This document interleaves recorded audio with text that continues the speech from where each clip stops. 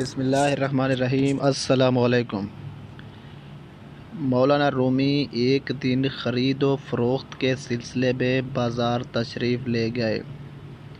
ایک دن دکان پر جا کر رک کر دیکھا کہ ایک عورت کچھ سودا سلف خرید رہی ہے۔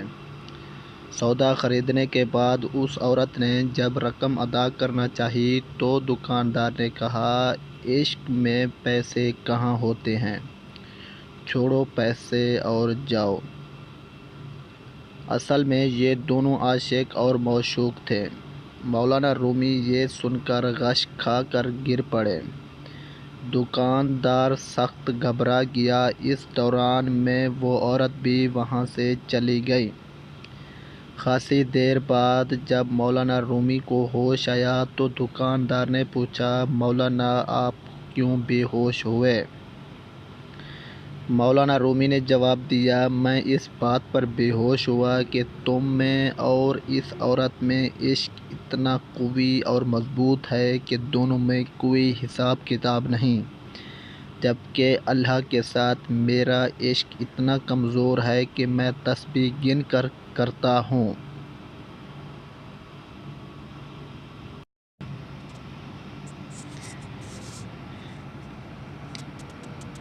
ایک دوسری حکایت ہے، ایک قدیم حکایت ہے کہ ایک مرتبہ بہت ساری جنگلی گائیں پانی پینے تالاب پر جاتی ہیں۔ ان پر مگرمچھ حملہ کر دیتا ہے۔ سب بھاگ جاتی ہیں مگر ایک کا پاؤں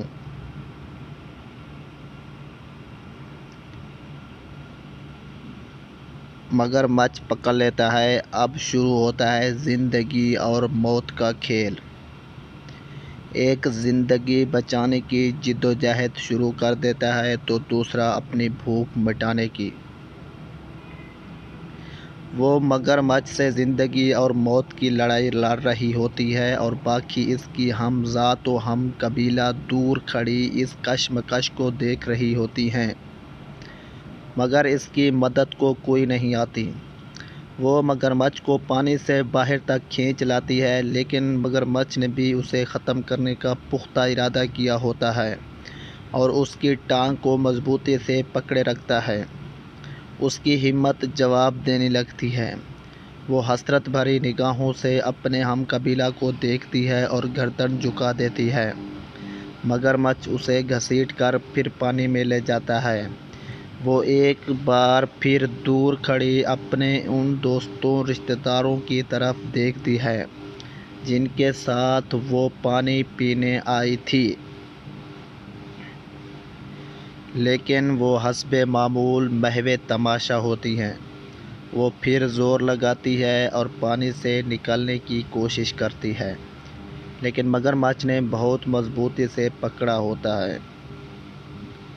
گائے بھی ارادہ کر چکی ہوتی ہے کہ اس نے خود کو حالات کے رحم و کرم پہ نہیں چھوڑنا، لیکن طاقتور مگرمچھ کے آگے وہ ہارنے لگی۔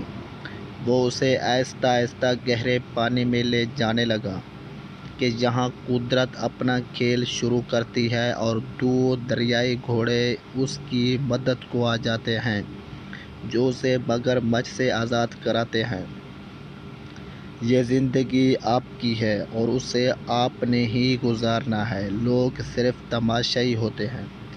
حالات سے لڑنا انسان نے خود ہوتا ہے۔ زندگی کی جنگ اکیلے لڑنا پڑتی ہے۔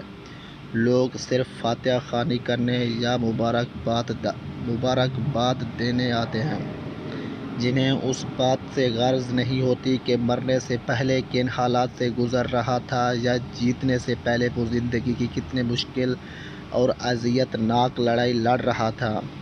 اللہ کریم کے بعد خود پہ بھروسہ کیجیے۔